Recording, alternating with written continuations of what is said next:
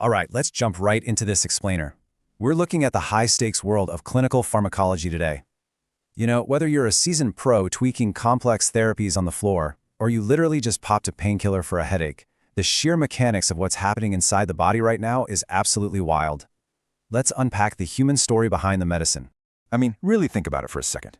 Have you ever wondered how a tiny tablet, no bigger than your fingernail, can literally stop a heart attack in its tracks? It feels like magic, right? You swallow it and boom, it drops a fever, knocks you out for a good night's sleep, or literally pulls the patient back from the brink. But there's zero magic involved. It's all about how these specific chemical compounds hijack, or rather interact with, our unique biology. So that brings us to the bedrock of it all, pharmacology. Basically, it's the science of how medicines interact with the human body. And honestly, without this, modern medicine just wouldn't exist.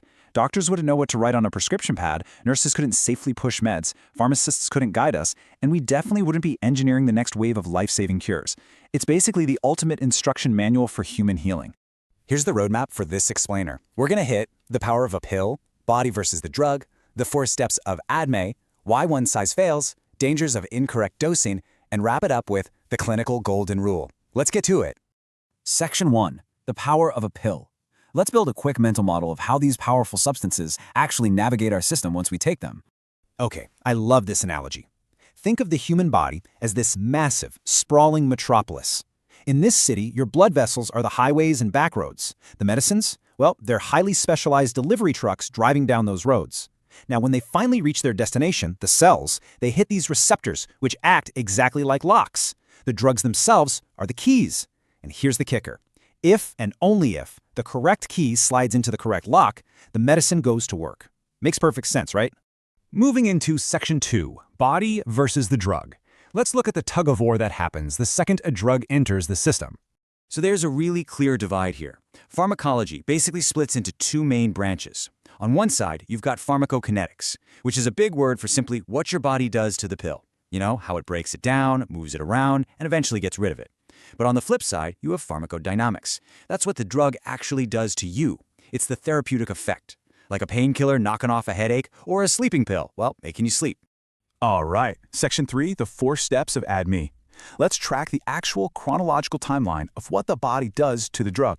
If you're in healthcare, you already know this one by heart. ADME. ADME. First up, absorption. The drug actually gets into your bloodstream, usually right through the gut. Then, distribution. It hits those highway roads to reach the tissues.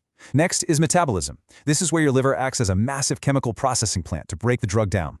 And finally, excretion. Your kidneys filter out the remnants so they can leave the body. This continuous 4-step loop is literally happening inside you right now. So what does this look like in the real world? Well, let's look at pharmacodynamics in action, what these delivery trucks are actually doing. Take antibiotics. Their entire mission is to go in and either kill or completely stall the growth of invading bacteria. Then you've got insulin, which acts as that vital key to unlock cells and lower blood sugar for diabetes management. Or just everyday paracetamol, binding to those specific nervous system locks to just dial down fever and pain. It's incredibly targeted. On to Section 4, why one size fails. And this right here is where things get really critical for clinical practice and patient safety.